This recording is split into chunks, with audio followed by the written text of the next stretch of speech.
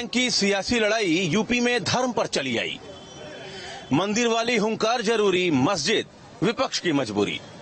Ground report लेकर हम हाजिर हैं उत्तर प्रदेश के शहर गोरखपुर से, मुख्यमंत्री योगी आदित्यनाथ के शहर गोरखपुर से। और इस वक्त हम गोरखपुर के दुर्गाबाड़ी चौराहे पर मौजूद हैं। तमाम लोग हमारे साथ हैं। हम ग्राउंड रिपोर्ट में इन तमाम लोगों से बातचीत कर आप तक ये पहुंचाते हैं कि हर शहर के लोग किसी खास विषय पर क्या सोच रखते हैं, क्या राय रखते हैं। भाई साहब, अब स्वामी प्रसाद मौर्य ने एक और विवादित बयान दिया है। उनका कहना है कि मंदिरों की भी जांच होनी चाहिए, पहले वो बौद्ध मठ थे। तो अब जो सियासी लड़ाई है मंदिर मस्जिद होते हुए बौद्ध मठों तक चली आई है, क्या कहेंगे आप, क्या राय है आपकी? स्वामी प्रसाद मौर्य जैसे नेता ये कभी किसी के नहीं होते, किसी के हितैषी नहीं हो सकते। अभी कुछ दिन पहले हम सब जानते हैं कि रामचरितमानस के ऊपर किस प्रकार से इन्होंने अभद्र टिप्पणी करी थी। जब से समाजवादी पार्टी में गए हैं उनके नेतृत्व के द्वारा इनको उकसाया जाता है इस प्रकार के बयान देने के लिए। तो स्वामी प्रसाद मौर्य क्या सोचते हैं इससे कोई फर्क नहीं पड़ता। ये पूरी दुनिया जानती है कि हमारे देश के ऊपर जब मुगलों का शासन रहा तो मुगलों ने हमारे धार्मिक स्थलों को नष्ट करके उस पर अपने अपने स्तूप बनाने का काम किया था। और भारत की जनता इस बार जागृत हो चुकी है और भारत की जनता जागृत होकर के अपने सारे उन मान बिंदुओं को, सारे प्रतिष्ठा को, सारे भारतीय जो संस्कृति के सूचक है उन सारे बिंदुओं को दुनिया के मानचित्र पर स्थापित करने की दिशा में बढ़ चुका है। भारत रुकने वाला नहीं है। इनको यही गोरखपुर से संदेश है। दर्जा प्राप्त राज्य मंत्री हैं, उनका ये कहना है कि छोटे बड़े 4 लाख ऐसे मंदिर थे जिस पर मस्जिद बनाई गई है, उनको वापस लेना चाहिए।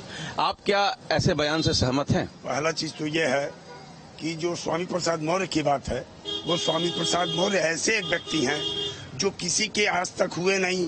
वो न हिंदू के हुए न मुसलमान के हुए।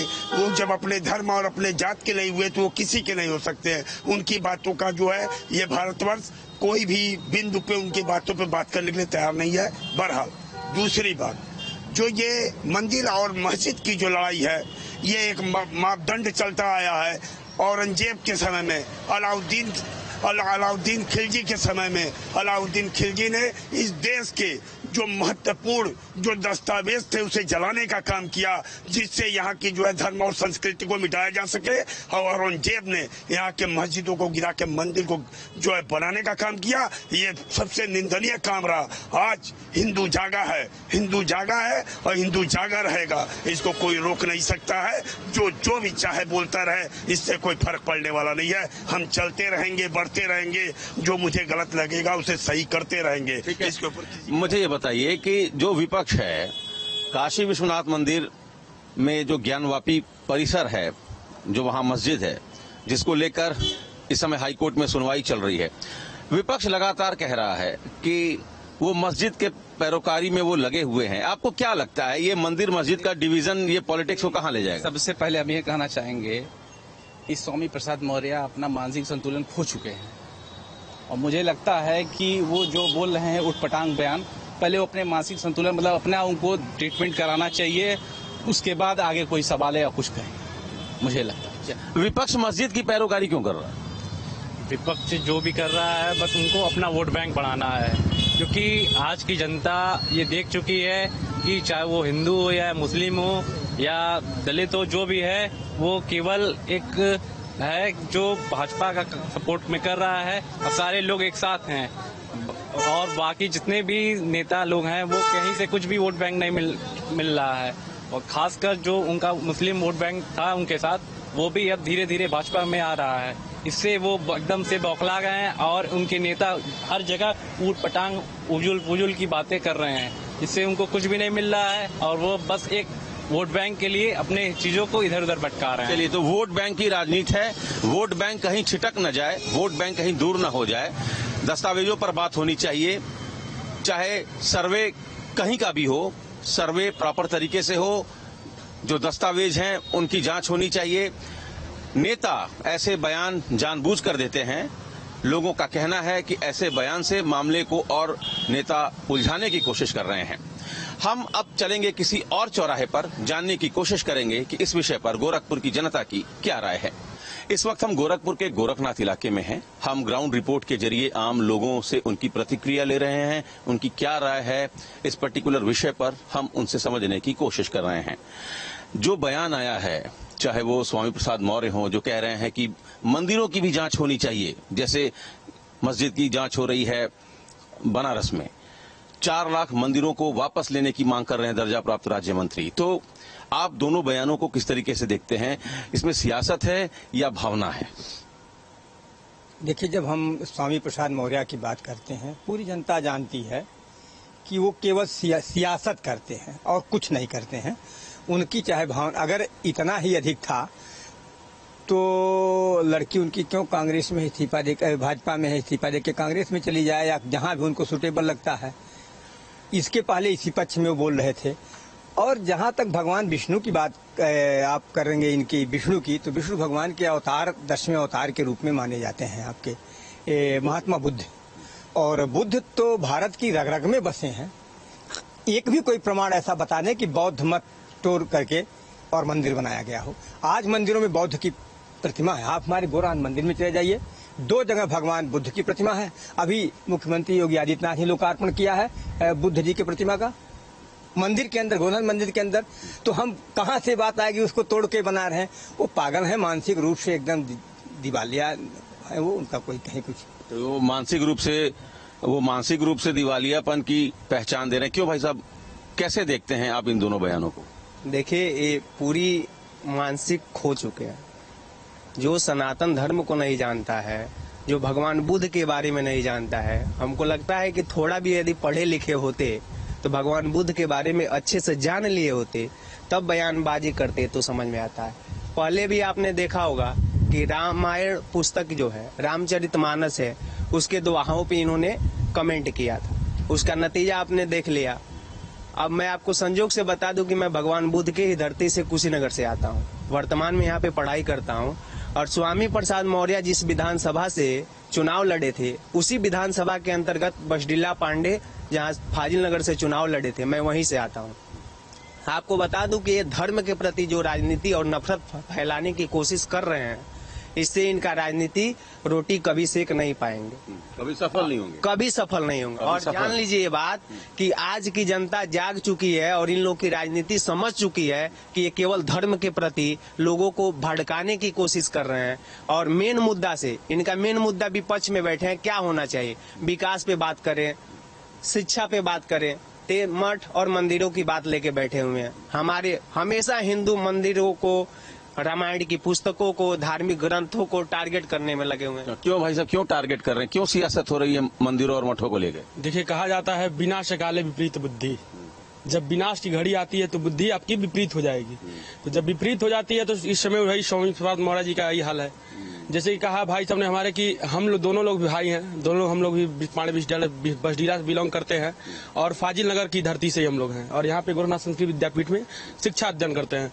तो अभी कुछ समय पहले उनका बयान आया था कि ढोल गवार शूद्र प्रश्नारी तेही ताड़ना के अधिकारी, जिसपे बिना सोचे समझे उन्होंने टिप्पणी कर दी, जिसका उनको अंततः परिणाम देखना पड़ा। जैसे पुल कहने का मतलब मेरा यही है कि जब आदमी का विनाश का समय आता है तो उसकी बुद्धि विपरीत हो जाती है। तो अभी भी उनका वही हाल है। एक बार उन्होंने देखा और उससे अभी वो सीख नहीं पाए हैं। तो कहा जाता है कि आदमी को जब एक बार ठेस लगता है तो वो सीख जाता है। तो अभी स्वामी प्रसाद मौर्य जी को जाके सीखना चाहिए, जाके देखना चाहिए। और उनको देखना है तो आकर के हमारे कुशीनगर की धरती पर देखें कि हमारे पास कैसे बौद्ध भिक्षुक लाते हैं। लोगों का कहना है कि जानबूझ के सियासी बयान दिए जा रहे हैं, जानबूझ के मुद्दों से ध्यान भटकाया जा रहा है और ऐसे बयानों का बहुत ज्यादा कोई मतलब होता नहीं है। भगवान बुद्ध को विष्णु का 10वां अवतार बताया गया है। मठ और मंदिर के बीच भेद पैदा करके मठ पहले थे, मंदिर बाद में आए, इस तरीके के बयान से मुद्दा सिर्फ और सिर्फ भटकाया जा सकता है। लोगों की समस्याओं का समाधान नहीं निकाला जा सकता। तो लोगों की जो राय है वो हम आप तक पहुंचा रहे हैं। और मुझे एक शेर याद आ रहा है, सियासी गुफ्तगू मत कीजिए, अच्छा नहीं लगता, रफू पे फिर रफू मत कीजिए, अच्छा नहीं लगता।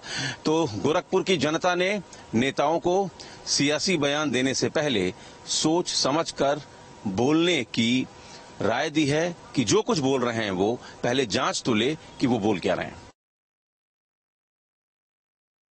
2024 के चुनाव को लेकर तमाम राजनीतिक दल अब अपने अपने मुद्दों को लेकर पब्लिक के बीच में जाएंगे और सियासी दलों ने मंदिर, मस्जिद, मठ तमाम मुद्दों को लेकर लोगों के बीच में जा रहे हैं। जहां कुछ दल मंदिर के पक्ष में तो कुछ दलों की मजबूरी मस्जिद को बचाना भी है। इसी पर चर्चा करने के लिए नोएडा सेक्टर 18 की मार्केट, जो सबसे पोस्ट मार्केट कही जाती है, वहां चाय की दुकान पर हम मौजूद हैं। कुछ लोग हमारे साथ हैं, इनसे चर्चा करेंगे कि चुनाव के दौरान आखिर किस तरीके का माहौल बनेगा। अभी जो सियासी दल हैं वो मंदिर, मस्जिद, मठ, मस्जिद तमाम चीजें चल रही हैं। क्या लग रहा है आपको, किस तरफ जाएगा? सर देखिए, अभी जो कुछ भी चल रहा है ना, जनता बेवकूफ नहीं है, जनता बहुत समझ चुकी है। मंदिर, मस्जिद, जातिवाद से परे हट करके सिर्फ विकास के ऊपर काम करना चाह रही है और विकास को ही देखना चाह रही है। तो मुझे नहीं लगता इससे कोई फर्क पड़ने वाला है।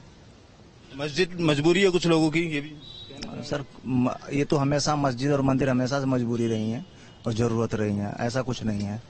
चलिए और लोगों से भी बात करेंगे। आप बताइए, जिस तरीके से मंदिर, मस्जिद तमाम माहौल बनाया जा रहा है राजनीतिक दलों के लिए, लोकतंत्र पे भारी है सब? सर सब ठीक चल रहा है। ये तो धर्म के नाम पे एक ही तरह हो, मस्जिद मंदिर कोई नहीं है, तो सब उस मालिक की इच्छा है। जैसा भी है वो बढ़िया है, उससे कोई परेशानी। और बीजेपी सही काम कर रही है। आपका क्या मानना है इन तमाम चीजों को लेकर जो राजनीतिक दल लेके चल रहे हैं? जाति और धर्म के नाम पे नहीं बढ़ना चाहिए और सरकार अच्छा काम कर रही है, बाकी सब ठीक है। आप बोलेंगे कुछ? तो और भी लोग हमारे साथ मौजूद हैं, कुछ भी। आपका क्या मानना है, जिस तरीके से तमाम राजनीतिक दल मंदिर, मस्जिद और तमाम चीजों की चर्चा कर रहे हैं, तो वोटर जो है किस तरफ जाएगा? देखो, बीजेपी जो सरकार अपनी चल रही है वो बहुत अच्छी चल रही है। रोड कॉर्पोरेशन के बीच में अगर कोई मंदिर या मस्जिद आती है, उसकी वजह से थोड़ा सा इशू क्रिएट होता है। अगर कोई रोड कॉर्पोरेशन के बीच में मस्जिद आती है या कोई मजार आती है या कोई मंदिर आता है, तो उसको हटाना सरकार की मजबूरी पड़ जाती है। ऐसा नहीं है वो कि कोई मुद्दा उठाया जा रहा है किसी हिंदू के लिए, किसी मुस्लिम के लिए, किसी क्रिश्चियन के लिए, वो सिर्फ मजबूरी का कारण बन जाता है। कोई उसमें सरकार का कोई रोल नहीं है। बाकी सरकार, अपनी जो बीजेपी सरकार है, बहुत अच्छा काम कर रही है। रोड कॉर्पोरेशन पे, जीएसटी पे, ट्रेन्स वगैरह पे, वो सब कुछ सही चल रहा है। शिक्षा पे भी सही चल रहा है और स्वास्थ्य वगैरह पे भी अच्छा चल रहा है, उसमें कोई और लोगों से भी बात करते हैं। कितना असर डालते हैं ये मंदिर, मस्जिद, मठ? ये कोई असर नहीं डालता है। आज के डेट में राजनीति जो हो गया है, कॉर्पोरेट कल्चर हो गया है। हर इंसान अपनी दाल गलाने के लिए, हर राजनेता अपनी दाल गलाने के लिए आते हैं। एक पार्टिकुलर पॉइंट ऑफ टाइम में आते हैं, आने के बाद वो अपने घर चले जाते हैं। फिर जब आपको एक इंसान, एक इंडिविजुअल, एक जनता का बेसिक नीड होता है, रोटी, कपड़ा और मकान, जब उसकी बात आती है वहाँ पे आ जाती है मंदिर और मस्जिद। मंदिर और मस्जिद जस्ट वो अपनी दाल गलाने के लिए करते हैं। जनता वाकिफ है, जनता को क्या करना है। आपका क्या मानना है, 2024 से पहले मंदिर, मस्जिद सब चल रहा है? मंदिर मस्जिद का मैटर तो अलग है। जैसे रोड में कोई मस्जिद आई, मंदिर आया, उसको तो सरकार की मजबूरी हटाना। जो भी चल रहा है ठीक चल रहा है। योगी सरकार कोऑपरेट कर रही है, यही कहना कि योगी सरकार आया है। बिल्कुल, देखिए ये तमाम लोग थे। सेक्टर 18 की मार्केट को पोस्ट मार्केट कहा जाता है और यहाँ पर तमाम वर्ग के लोगों से हमने बातचीत की। और भी कुछ लोग हैं, उनसे बातचीत करने की कोशिश करेंगे। अब बताइए, ये मंदिर, मस्जिद, मठ सब 2024 से पहले चल रहा है, कितना असर डलेगा इसको? सर इसमें कम से कम 50-100 पड़ जाएगा। ये अयोध्या वाला मामला जो है ना, ये 50-100 पड़ जाएगा। तो मतलब जो चुनाव होगा वो मंदिर के नाम पे या मस्जिद के नाम पे होगा, ये कहना चाह रहे हैं? नाम पर नहीं होगा, लेकिन लोग का जो भावना है ना हिंदुत्व वाला, वो मंदिर के पीछे भागेगा।